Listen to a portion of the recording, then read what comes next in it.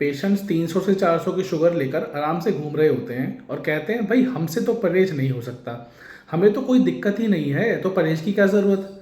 लेकिन अभी दिक्कत अगर लग नहीं रही है तो इसका मतलब ये नहीं कि अंदर से डैमेज नहीं हो रही है, क्योंकि शुगर में सबसे बड़ी बात यही होती है कि सिम्टम्स आने से पहले ही अंदर डैमेज शुरू हो चुकी होती है।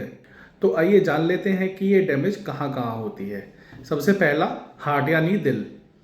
हाई ब्लड शुगर वेसल्स को डैमेज कर देती है, कोलेस्ट्रॉल रिलेटेड प्लैक फॉर्मेशन को एक्सेलरेट कर देती है। इससे हार्ट अटैक, हार्ट फेलियर और स्ट्रोक के रिस्क काफ़ी हद तक बढ़ जाते हैं और ये रिस्क सिम्टम्स आने से पहले ही बिल्ड होते रहते हैं।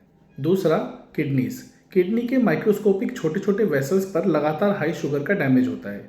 शुरू में कोई सिम्टम्स नहीं होते, लेकिन धीरे धीरे यूरिन में प्रोटीन आने से किडनी फंक्शन गिर जाता है और एडवांस स्टेज में तो किडनी फेलियर तक हो सकता है। तीसरा, नर्व्स।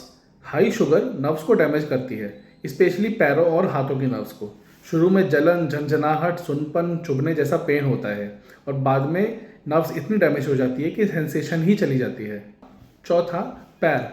जब नर्व्स की सेंसेशन कम हो जाती है तो पैरों में चोट, ब्लिस्टर या कट होने पर पता भी नहीं चलता और साथ में डायबिटीज़ हीलिंग को और कम कर देता है और इन्फेक्शन को बढ़ा देता है, जिससे डायबिटिक फुट होने का रिस्क होता है और कई एडवांस केसेस में पैर काटना तक पड़ सकता है। पांचवा, आइज़। हाई शुगर में रेटिना की छोटी छोटी ब्लड वेसल्स को डैमेज होता है, जिसे डायबिटिक रेटिनोपैथी कहते हैं। शुरू में विजन बिल्कुल नॉर्मल जैसा होता है, लेकिन अनट्रीटेड डायबिटीज़ में विजन लॉस और ब्लाइंडनेस तक हो सकती है। तो अगली बार जब शुगर 200, 300, 400 तक आए और आपको लगे कि मुझे तो कुछ होता ही नहीं, याद रखिए डायबिटीज़ का सबसे डेंजरस पार्ट ही ये है कि डैमेज अक्सर सिम्टम्स से पहले ही शुरू हो जाता है। तो आपको या आपके घर में किसी को अगर डायबिटीज़ है तो ये वीडियो उसके साथ शेयर कीजिए।